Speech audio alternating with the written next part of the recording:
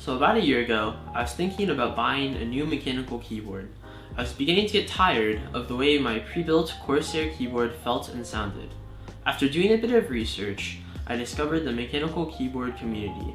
Many people buy custom keyboard kits where they can choose the form factor, switches, and features of their mechanical keyboard. I was tempted at first, but in the end, I decided I could make a fun and interesting project out of it. I would do everything myself from the ground up. Here's how I designed and assembled my custom mechanical keyboard from scratch. First, I decided on the general layout of the keyboard. There are various keyboard sizes and layouts spanning from a tiny 40% keyboard to a full-size 108 key keyboard.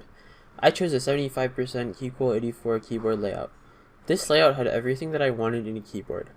Unlike any of the smaller sizes, it kept the function row and arrow keys, while still being compact.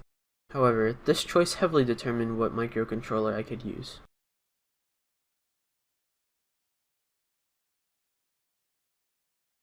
To explain my choice of microcontroller, it's important to understand how modern keyboards function. Normally, a switch would require 2 pins on a microcontroller to detect a closed circuit when a switch is pressed. Obviously, this would become ridiculous with the number of switches required to make an entire keyboard. This is why a keyboard matrix is used. A keyboard matrix consists of X rows and Y columns. The greatest thing about a keyboard matrix is that it can support up to X times Y switches and only needs X plus Y pins. However, a problem arises if this is all that is done. Because the circuit is designed in a matrix, pressing certain keys at the same time can create a path that gives the software the impression that a key is being pressed when it is not. This is called ghosting. For example, let's say switches 1, 2, and 5 are pressed. When current is set down one of the columns to scan for key presses, the current flows through switches 2 and 5. This allows current to flow down row 2, which gives the impression that switch 4 is being pressed. Fortunately, this is solved by using diodes to prevent backflow to other columns and limit current to one direction.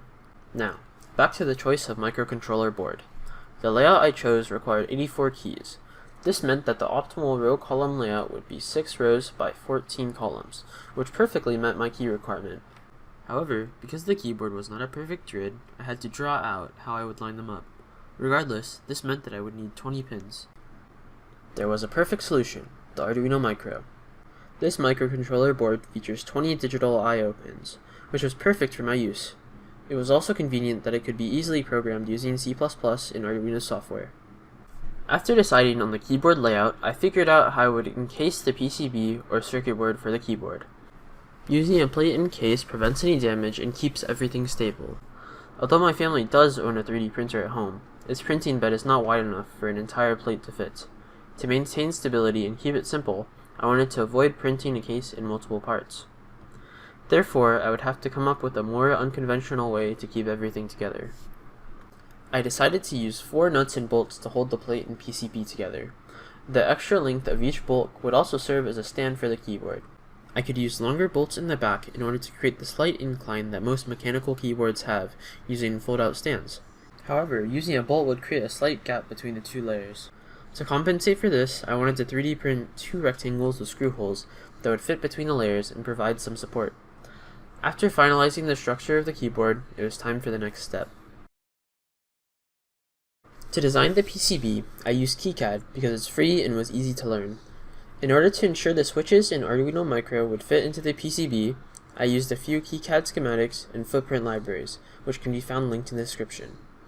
After importing the libraries, I used KiCad's eSchema to place the symbols for my components and draw on all of the wires. I used global labels to create links between the wires and pins on the Arduino symbol. Once I generated a netlist file and read it into PCB-New, the footprints were ready to be placed. To align the switches, I used 2 websites, Keyboard Layout Editor and Swillkb's Play Encase Builder. This allowed me to select the layout for the keyboard, the type of switches I was using, and import it into KiCad as a DXF. Using the DXF, I lined up each footprint and diode and made sure they aligned with what I drew out earlier. I moved the Arduino Micro to the left side of the keyboard, added a border for the PCBe, and added the holes for the bolts. The last thing I had to do was route the traces, which essentially means to define the paths for the wiring. For simplicity's sake, I decided to use an autorouter. All I had to do was export a Spectra DSN file, select it, and begin autorouting. I then imported the resulting Spectra session file back into KiCad. After that, the PCB was ready to send for production. In order to make sure the cutouts and holes lined up between the PCB and the plate, I used a copy of the files for the PCB. I drew circles where the bolt holes were and removed all traces, footprints, and unnecessary lines. What was left was a basic cutout that I could export to a DXF. To cut the metal for my keyboard plate, I chose the company SendCutSend. The company offers multiple different thicknesses and materials, so I looked online to find the thickness that the switches would click into. Most switches require a 1.5mm plate to fit properly into place. SendCutSend offers 607-inch or about 1.5mm thick stainless steel, which is perfect. All I had to do was upload my file and order it. The process for designing the 3D printed parts was very similar. First, I removed all of the switch cutouts from the schematic, drew new orders, and exported the DXF like before. Using an app from the Fusion 360 store called DXF Import Utility, I imported the file into Autodesk Fusion 360. Afterwards, I extruded each part to a thickness of 3.5mm, which is the amount of space between the PCB and plate, and exported each part to a 3MF file. Finally, I used Cura to merge the files and print it with my 3D printer. Once I had all of the components, I soldered and put together the keyboard. The final step was the software for the Arduino. For this, I used the Keypad and keyboard libraries. The KiCad library handles the keyboard matrix, and the keyboard library enables the Arduino to send keystrokes to the computer. The Arduino program scans for key presses and sends each keystroke to the computer. I configured the keystroke array according to the keycaps on the keyboard and uploaded the program to the Arduino. After using an online keyboard tester to find and fix a small issue with my soldering, the keyboard was complete. I will admit, building it this way is going to cost you much more than if you were to buy a keyboard as a pre-built or as a kit. However, when you design and build it yourself, you're paying for the experience. Because I did it myself, I learned many things about the process, including PCB design, the electrical components of a keyboard, and how to program an Arduino. If I do redesign the keyboard, I definitely would try to think of a better way to design the case. Thank you for watching, and I hope you gained something from my experience.